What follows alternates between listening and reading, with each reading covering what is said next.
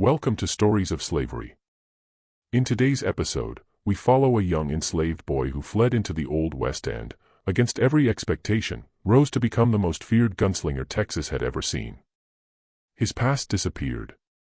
His name was hidden. But his story endured. This is a raw and brutal tale of violence, endurance, and change. Take a breath, settle in, and pay attention.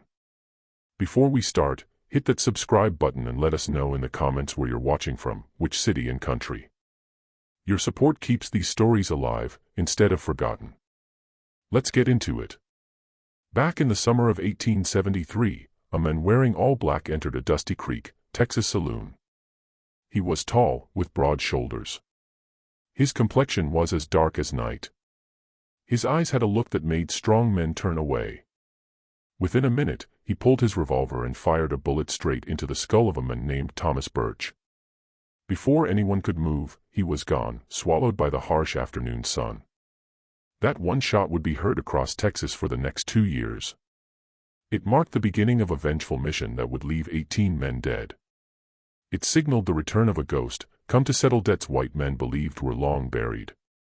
The shooter's name was Zachariah Creed. Born into bondage, escaped at 13, trained by a legendary Mexican gunfighter, and hunting every man who had ever drawn his blood. The press called him a monster. Wanted posters labeled him a threat.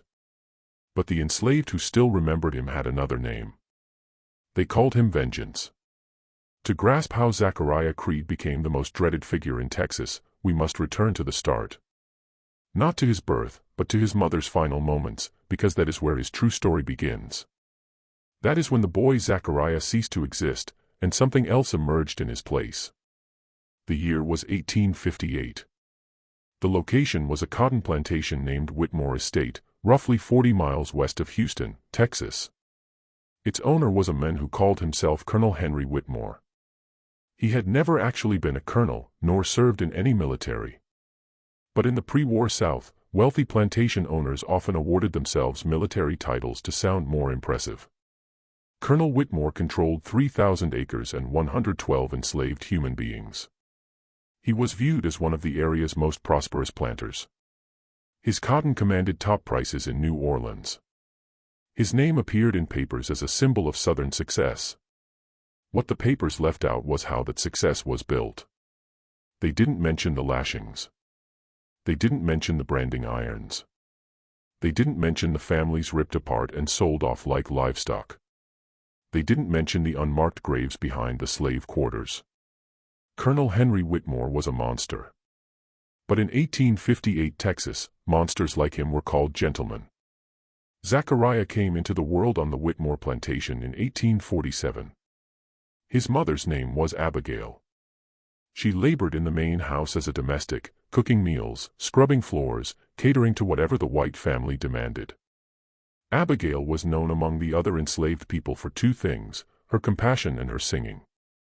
She would hum hymns as she worked, old spirituals passed down from her grandmother, songs about Moses, freedom, and a promised land beyond the river.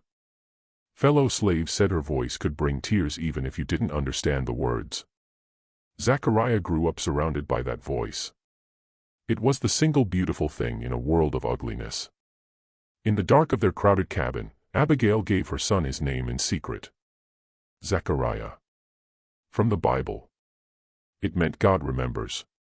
Each night she would whisper it to him before sleep. Your name means God remembers, she'd say. He holds onto every hurt, every tear, every wrong done to his children. And one day, he will set it right. You hold on to that, baby. No matter what they do, God remembers. When Zachariah was 3, his father was sold to another plantation in Louisiana. He had no memory of the men, just the tales his mother shared. His father had been powerful, a field hand capable of picking 300 pounds of cotton daily. He was sold because Colonel Whitmore needed funds for more land. That was how the system worked, people turned into acreage, fathers traded for fields. Zachariah never saw his father again. Never learned if he lived or died. That was slavery, losing everything you loved overnight, with no explanation of where it went. By age 5, Zachariah was already working. Not in the fields, he was too small. But plantations had plenty for small children. He hauled water to field hands, collected eggs from the coops, swept paths around the big house, ran errands for the White family. The Whitmore children, 2 boys and a girl about his age, sometimes threw rocks at him for sport. If Zachariah cried, he was whipped. If he ran, whipped harder. He quickly learned not to cry. He learned to make his face a blank mask. That was his first survival lesson. The head overseer on the Whitmore plantation was a man named Thomas Birch. He wasn't wealthy himself, came from poor white background, what owners called white trash privately. But Birch had found his place. He realized he enjoyed causing pain. He was good at it. Colonel Whitmore paid him well to enforce discipline, and Birch earned every cent. He carried a braided leather whip with small metal pieces woven into the tips. It didn't just bruise, it tore flesh, leaving scars that never fully healed. Birch used that whip almost daily. He claimed it was for order. But anyone watching knew the truth, he loved it. He grinned when he swung. He laughed when they screamed. Zachariah was 7 the day his mother died. A Tuesday in August. Brutal heat, over 100 degrees, air shimmering like water. Abigail worked in the main house, preparing dinner for the Whitmores. She carried a heavy ceramic milk jug from kitchen to dining room. Her hands were slick with sweat. The jug slipped. It crashed on the hardwood floor, milk spreading across polished wood.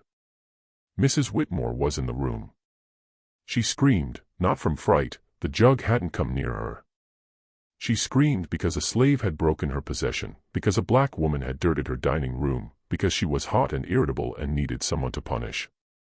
She called for Thomas Birch. What followed would stay with Zachariah forever. Every detail, every sound, every image seared into him. He was outside sweeping the path when he heard his mother scream. He ran, something he wasn't supposed to do near the main house. But he heard her voice, and his legs moved before his mind could stop them. Rounding the house corner, he saw them in the yard behind the kitchen. Thomas Birch had his mother tied to a wooden post. Her dress was torn from her back. Birch stood behind her with the whip. Mrs. Whitmore watched from under a pecan tree, fanning herself, a slight smile on her face. Colonel Whitmore stood beside her, arms crossed, looking bored. Routine for them. Entertainment. Birch raised the whip and brought it down. The sound hitting flesh was between a crack and a wet slap. Abigail screamed. Blood appeared on her back, bright red against dark skin. Birch raised the whip again and again. Zachariah tried to run to her. Another overseer grabbed him. "Watch, boy," the man said. "Watch what happens when your kind forget their place." He watched. He had no choice. He watched Thomas Birch whip his mother 37 times. He counted each stroke. He heard her screams fade to moans, then to silence. He saw her body go limp.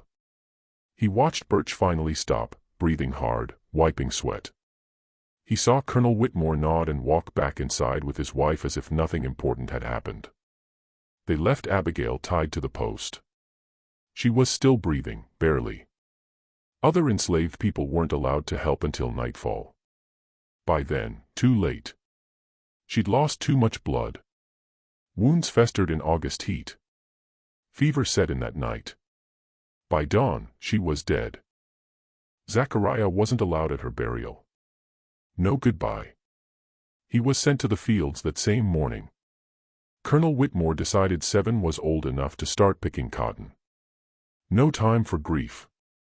No space for mourning. Only work. But something inside Zachariah had shifted. Something broke, or perhaps something was born. He didn't cry. Didn't scream. Didn't try to run. He went to the fields and picked cotton with hands too small for the work. He returned to the cabin that night and lay where his mother used to sleep. And he made a promise, not to God, not to anyone listening, but to himself. He promised that someday he would find Thomas Birch. Find Colonel Whitmore. Find everyone who stood watching while his mother died. And he would make them pay. Every single one. The next 2 years were the hardest of Zachariah's life. Fields from sunrise to sunset. Cotton balls tore his small fingers until they bled. Texas sun blistered his skin. Overseers whipped anyone who missed their daily quota. Zachariah rarely made quota, too young, too small, too new. Whipped at least weekly, sometimes more. Scars layered across his back, creating a pain map from shoulders to waist. But he didn't break. That's what the overseers noticed. What made them uneasy? Most slaves, whipped repeatedly, developed a certain look, dullness, defeat. The spirit left them. They became docile, compliant, easier to manage. That was the whipping's goal, not just punishment, but destruction of will. Zachariah never got that look. His eyes stayed sharp, focused, alert. When overseers looked into those eyes, they saw something disturbing. They saw hate, not the hot, explosive kind that got men killed. This was cold, patient, controlled. Thomas Birch noticed once and commented, "That one's got the devil in him. We'll have to sell him before he's grown. He's the type that kills masters in their sleep." In 1859, when Zachariah was 9, Colonel Whitmore did something that would haunt him forever. He sold Zachariah's younger sister.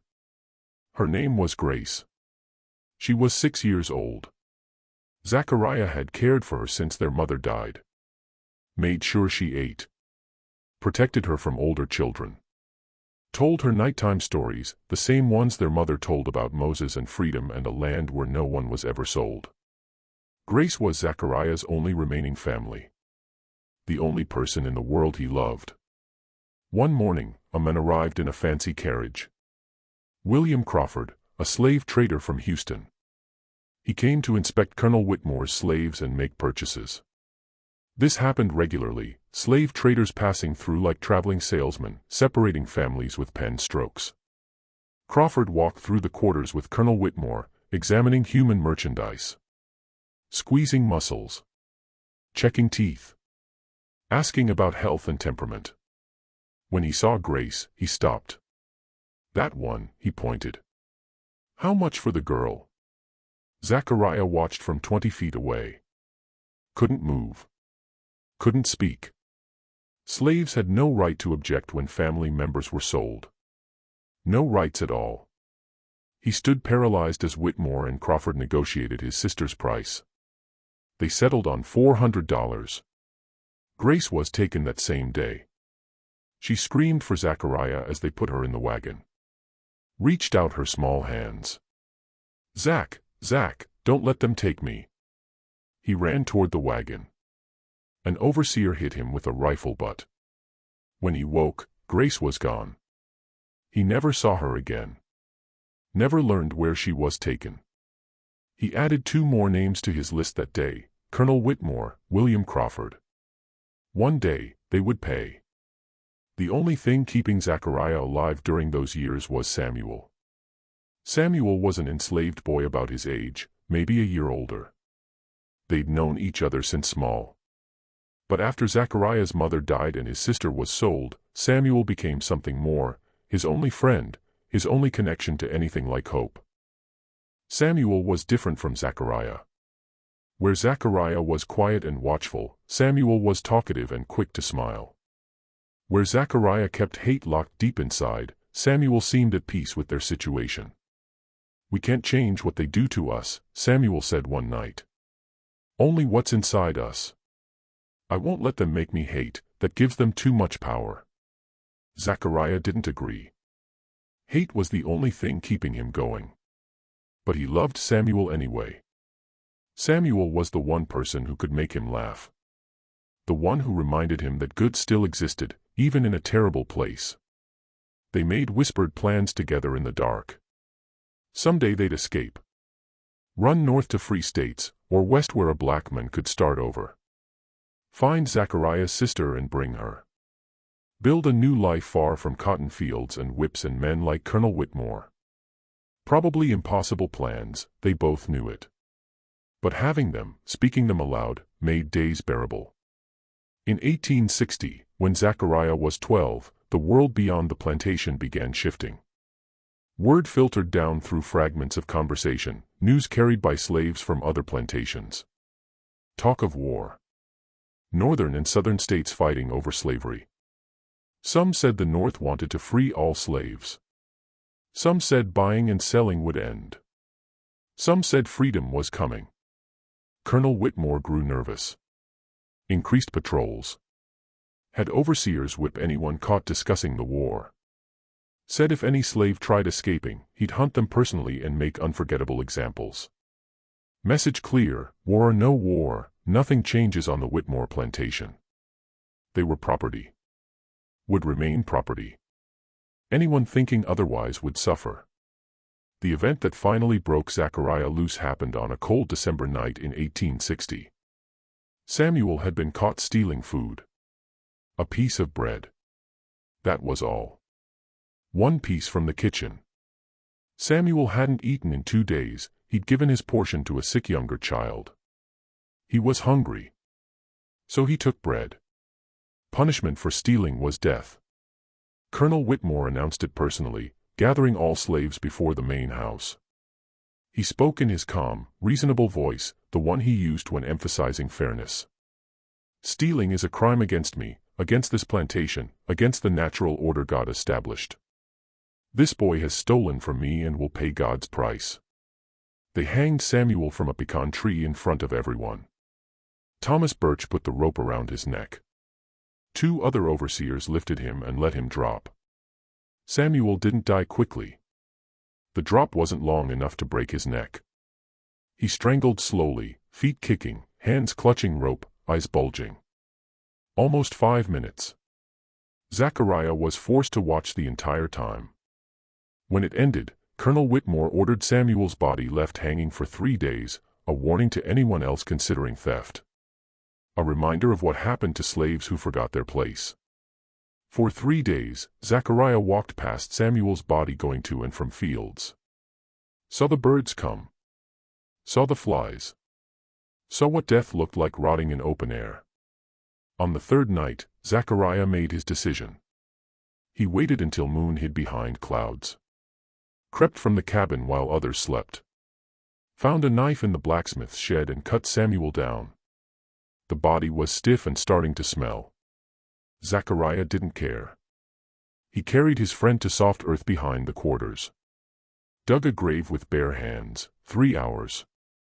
When deep enough, he placed Samuel inside and covered him with dirt. He said no prayer. He didn't believe in God anymore.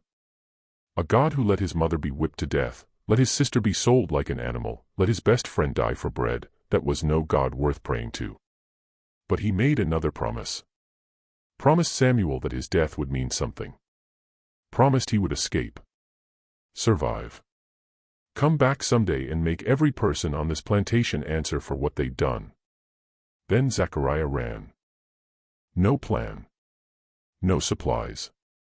Nothing but the clothes on his back and the hate in his heart. He crawled under the fence at the plantation's western edge and started moving west, away from fields, away from whips, away from everything he'd ever known. He was 13 years old. Alone in the Texas wilderness. Never been off the plantation in his life. Didn't know how to hunt, find water, or where he was going. He knew only that he'd rather die free than live another day enslaved. The first 3 days were worst. Zachariah moved at night, hid during daylight, knowing overseers would search. No food. He found a creek and drank until his stomach hurt. Ate berries he hoped weren't poisonous. Kept moving west, navigating by stars as Samuel taught him during whispered escape talks. On the 4th day, he heard dogs. Colonel Whitmore had hired slave catchers, professional hunters who specialized in tracking runaways.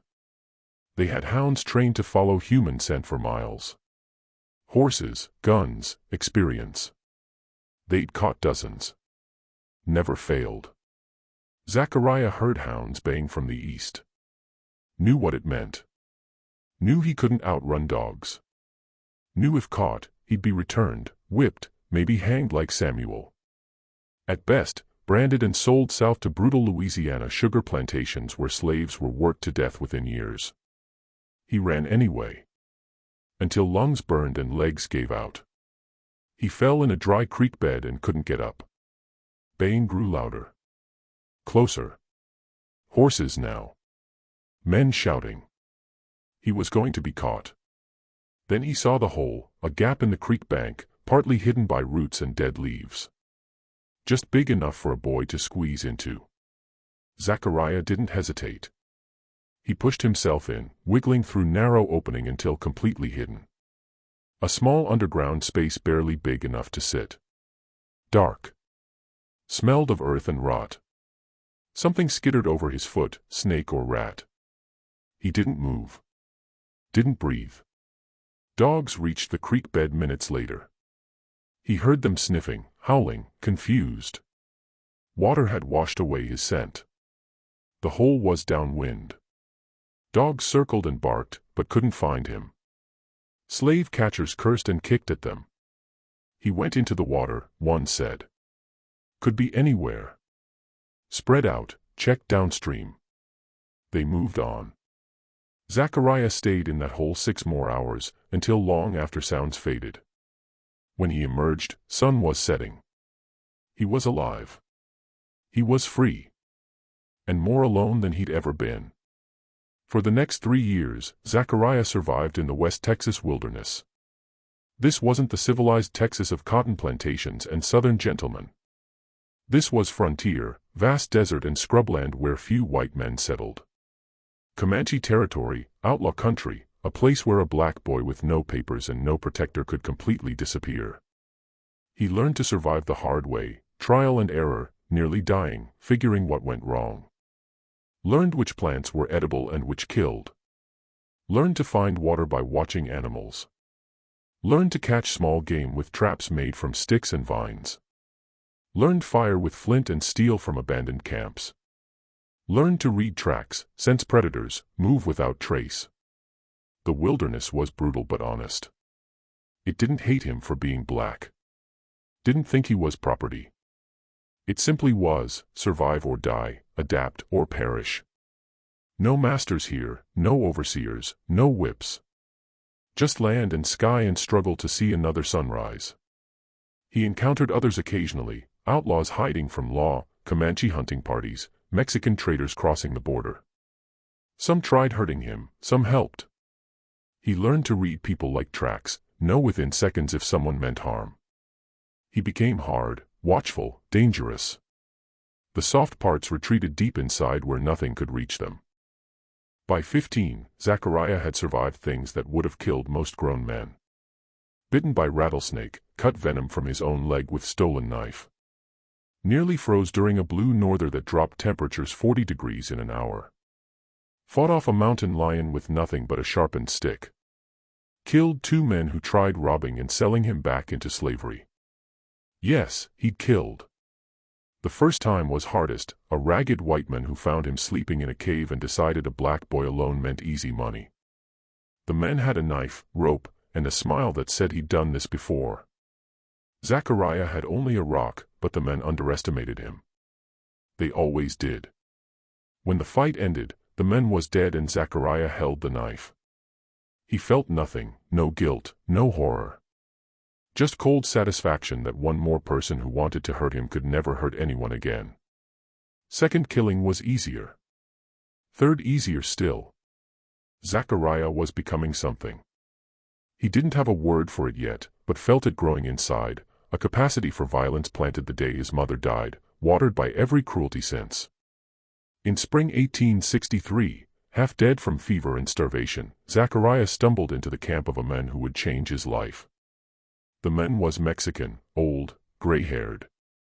He sat by a small fire in a deep mountain canyon, roasting rabbit on a stick. A rifle across his knees, 2 revolvers on his belt. His face was weathered and scarred. His eyes had the look of someone who'd seen too much death and made peace with it. Zachariah collapsed at the edge of firelight, too weak to run or fight. If this man wanted to kill him, nothing he could do. But the old man didn't reach for weapons. He simply watched the boy lying in dirt. This skeleton wrapped in dark skin. This wild creature with burning eyes. After a long moment, the old man spoke. "You look like death, boy. You plan to die in my camp?" Zachariah found strength to answer. "Not planning to die anywhere. Not yet." The old man smiled, not warm, but the smile of someone recognizing something familiar. "Good," he said. "Dying is easy. Living is hard." He tossed a piece of rabbit toward Zachariah. "Eat. You're too skinny to kill. Maybe when you fatten up, I'll change my mind." The old man's name was Joaquin Esparza. According to authorities in 3 Mexican states and 2 American territories, he'd been dead for over a decade. Reported killed in Chihuahua in 1851, then Sonora in 1854, then New Mexico Territory in 1857. Each report convincing, with witnesses and details. Each completely false. Joaquin Esparza had simply become very good at disappearing. In his youth, Joaquin had been legendary, rode with various irregulars and bandits along the border during the Mexican-American War. After the war ended in 1848 and Mexico lost half its territory, Joaquin kept fighting, not for any government or cause, but for revenge. He watched American settlers take land that had belonged to his family for generations. Watched Mexican farmers driven off at gunpoint. Watched a way of life destroyed by men who believed white skin gave them right to take anything. So he took back. Robbed stagecoaches carrying California gold. Ambushed army patrols straying too far from forts. Killed men who deserved killing, and some who probably didn't. He became a ghost story American mothers told children to keep them close. A name that made lawmen nervous and politicians angry. But revenge is exhausting. Violence takes soul toll, even when justified. By his 40s, he was tired of running, killing, waking each morning wondering if today would bring someone collecting the bounty. He staged his final death and retreated into West Texas mountains. Built a small cabin in a canyon so remote even Comanche rarely passed. Lived alone. Hunted. Grew vegetables. Tried to forget everything he'd been. Then Zachariah Creed collapsed at the edge of his campfire, and Joaquin saw something that made forgetting impossible. "You have the eyes," Joaquin said one evening about a week after Zachariah arrived. The boy had recovered enough to sit and eat solid food, still weak, but fever-broken. He would survive. "What eyes?" Zachariah asked. "Eyes of a man who has already decided to kill. I've seen these eyes before, in my own mirror many years ago." Joaquin poked the fire with a stick. Sparks rose into darkness. "Who do you want to kill, boy? And why?" Zachariah was silent long moments.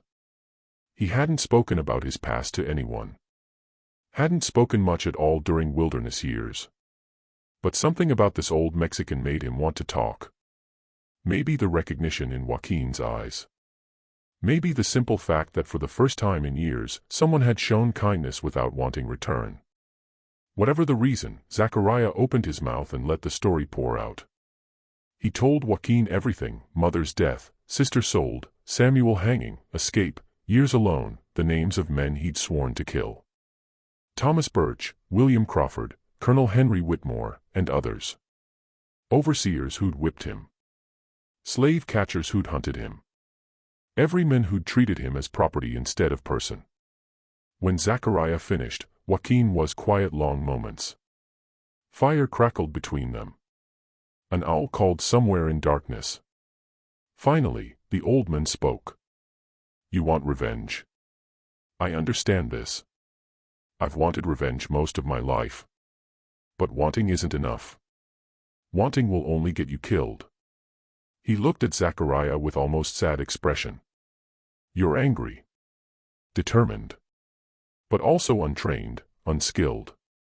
You wouldn't last 5 minutes against the men you want to kill. They have guns, money, law on their side. You have nothing but hate." "Then teach me," Zachariah said. "Teach me to be more." Joaquin shook his head. I came here to escape violence. Find peace. Die quietly in these mountains and let my sins be forgotten. Then why did you save me? Why didn't you let me die? The question hung in air. Joaquin stared into fire-long moments. When he looked up, his eyes were wet. Because I saw myself in you, he said quietly. Because I know what it's like to have everything taken.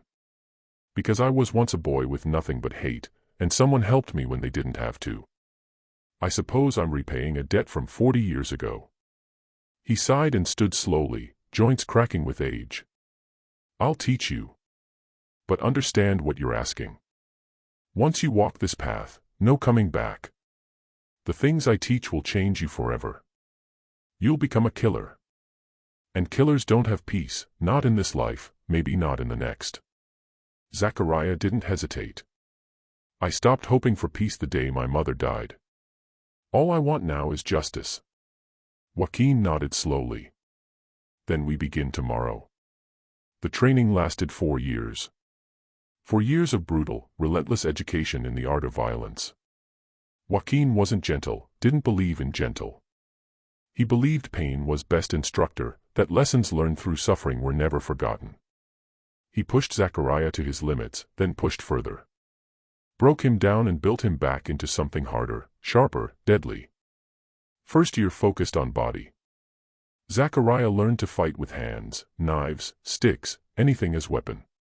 Joaquin taught techniques from a dozen traditions, street fighting from Mexico City slums, knife work from vaqueros, wrestling holds from Comanche, pressure points that could paralyze or kill with single strike. They sparred daily until Zachariah could barely stand. Nights he nursed bruises and prepared for next day's beating. Second year focused on firearms. Joaquin was master with rifle and pistol, and passed mastery to his student. Zachariah learned to shoot at targets standing still, then moving, then while being shot at. Learned to draw and fire in fluid motion so fast the eye could barely follow. Learned to reload without looking, clear jams by feel, maintain weapons in any condition. By second year's end, Zachariah could put 6 bullets through a playing card at 20 paces in under 3 seconds. Joaquin said he was adequate. Third year focused on mind, training Zachariah hadn't expected. Joaquin insisted violence without intelligence was just noise. A true fighter needed to understand enemies, predict movements, control emotions so completely that nothing could disturb focus. They played chess for hours, Joaquin teaching Zachariah to think several moves ahead. Studied strategy and tactics, discussing battles and ambushes from history. Practiced meditation, sitting motionless for hours until Zachariah could quiet inner storm and find perfect stillness. But most important lesson came in third year, and had nothing to do with fighting. It was about patience. Revenge isn't fire, Joaquin said one evening as they watched sunset paint canyon walls. Fire burns hot and fast and destroys itself. Revenge is a coal. You keep it alive inside, small and controlled, feeding just enough to keep it glowing. You wait, watch, prepare. And when moment's right, when everything's in place, then you blow on that coal and let it become inferno. Not before. Never before. Zachariah took this lesson to heart. He'd burned with impatience for years, wanting to rush back to Texas and start killing. Joaquin taught him to convert urgency into focus. Every training day was step closer to goal. Every skill mastered was another weapon. Rushing would get him killed. Patience would get him everything. Fourth year was about putting it together. Joaquin staged elaborate scenarios in mountains, testing Zachariah's ability to plan, infiltrate, execute missions against imaginary enemies. Brought in old contacts from bandit days, former fighters willing to play guards and targets. Zachariah learned to scout locations before attacking, identify escape routes, anticipate complications, improvise when plans fell apart. By fourth year's end, he was no longer student. He was a weapon, honed, sharpened, ready. On the day Zachariah turned 20, Joaquin called him to the fire for final conversation. The old man looked older than ever, hair completely white, hands trembling slightly, moving slower, more carefully. Time was catching up. You're ready, Joaquin said. As ready as I can make you. What you do now is your choice. But I want you to understand something before you go. Zachariah waited. When I was young, I killed many men. Some deserved it. Some probably didn't. I told myself I was fighting for justice, for my people, for revenge against those who'd wronged us. Maybe some of that was true. But here's what I've learned in old age. Joaquin paused, gathering words. Killing changes you. Every life you take carves something from your soul. You don't notice at first, feel powerful, righteous. But over time, you realize parts of you are missing. Parts that could feel joy, could love, could imagine future beyond next target. He looked at Zachariah with eyes holding decades of regret. I'm not telling you not to go. The men who hurt you deserve to die. I believe this. But I want you to know the cost. When you're finished, if you survive, you won't be the same person who started. You may not like who you become. And there's no going back. Zachariah considered this long moment. He thought about his mother's face, sister's screams as she was taken, Samuel's body swinging. Every scar on his back. Every night alone and afraid. Every piece of himself already taken before he ever killed anyone. They already took everything from me, he said finally. Whatever's left, I'm willing to spend. Whatever I become, I'm willing to live with. They made me this way. They can die by what they created. Joaquin nodded slowly. He reached into his coat and pulled out 2 revolvers. Colt 1851 Navy models, beautifully maintained, ivory grips yellowed with age. These were mine when I was young. They've killed more men than I can count. Now they're yours. He handed them with something like ceremony. Use them well. And when you're finished, if you find you want to live, come back to these mountains.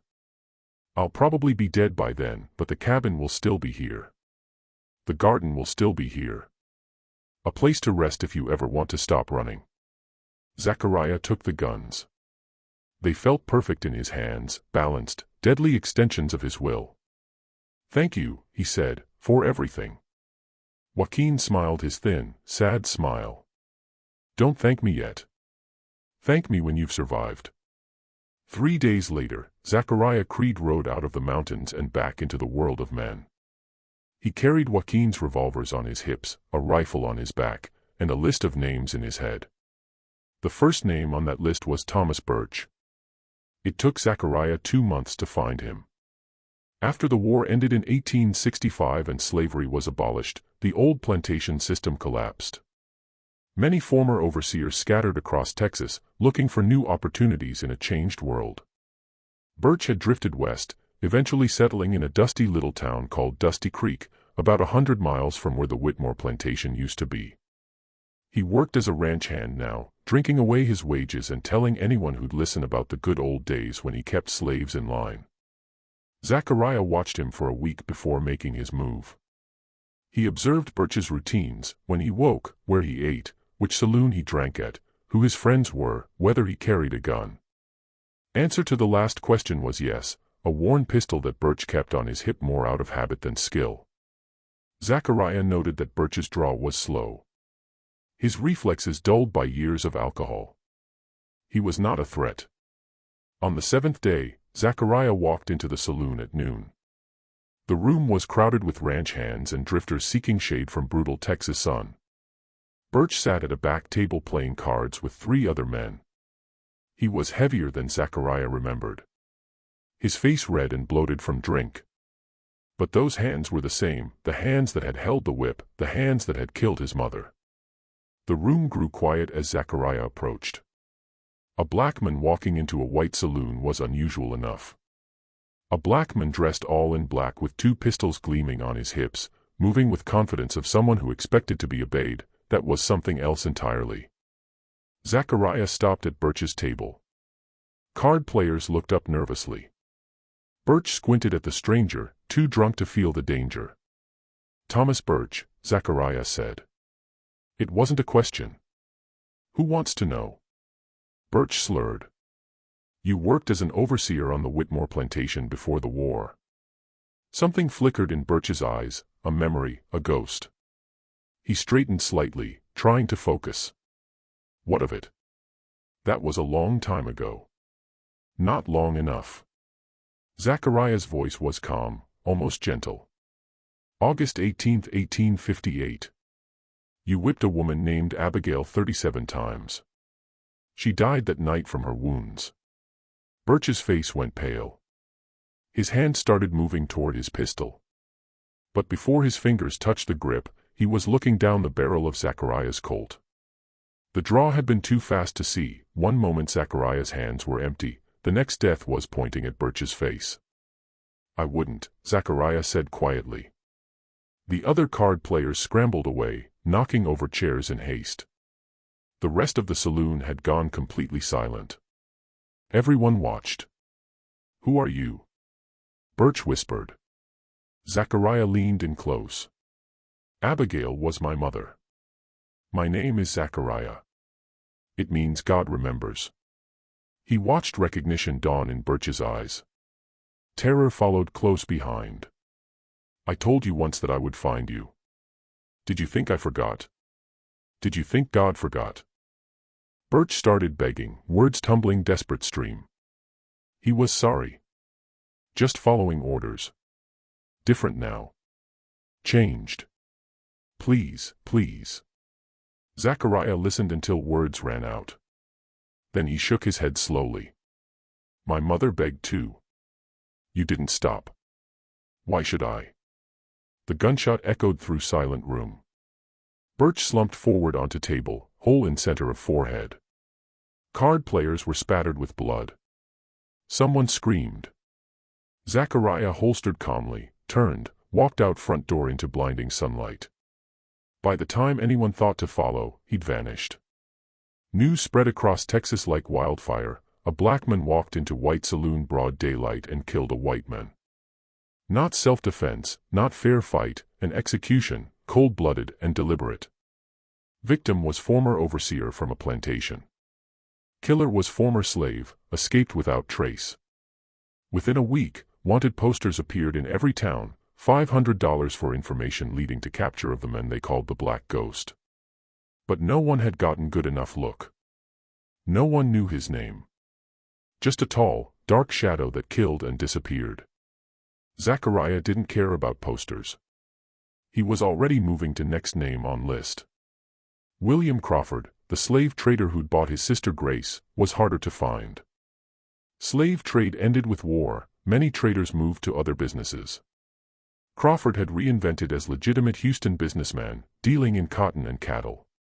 He lived in fine house on respectable street, attended church every Sunday, considered upstanding community member. No one talked about how he'd made original fortune. No one wanted to remember. Zachariah spent 3 weeks gathering information. Learned Crawford's schedule, habits, security. The man was more careful than Birch, armed guards at house, traveled with protection. He was afraid, though perhaps not of Zachariah specifically. Men who build wealth on human suffering tend to have many enemies. Solution came one night as Zachariah watched Crawford's house from across street. Every Tuesday evening, Crawford visited private club on town's edge, a place where wealthy men drank expensive whiskey and discussed business away from prying eyes. Crawford always went alone to these meetings. Guards waited.